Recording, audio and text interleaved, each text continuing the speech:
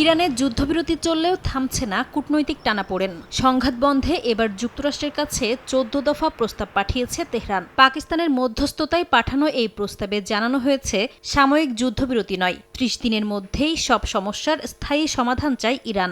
ভবিষ্যতে সামরিক আগ্রাসন না চালানোর নিশ্চয়তা, ইরানের আশপাশ থেকে মার্কিন সেনা প্রত্যাহার, নৌ অবরোধ ও নিষেধাজ্ঞা প্রত্যাহার, লেবাননে যুদ্ধবন্ধ এবং হরমুজ প্রণালীর জন্য নতুন নিয়ন্ত্রণ ব্যবস্থার বিষয়গুলো প্রস্তাবে অন্তর্ভুক্ত আছে।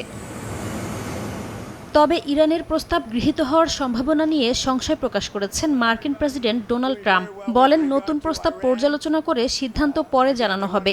একই সঙ্গে তেহরান কোনো উস্কানিমূলক কাজ করলে আবারও হামলার হুঁশিয়ারি দিয়েছেন মার্কিন প্রেসিডেন্ট।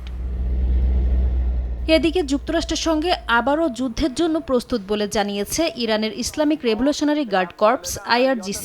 তাদের অভিযোগ, ওয়াশিংটন কোনো প্রতিশ্রুতি বা চুক্তির প্রতি বিশ্বস্ত নয়।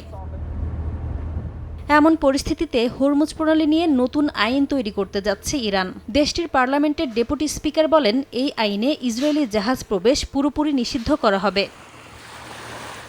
নাসরিন রুমি, সময় সংবাদ।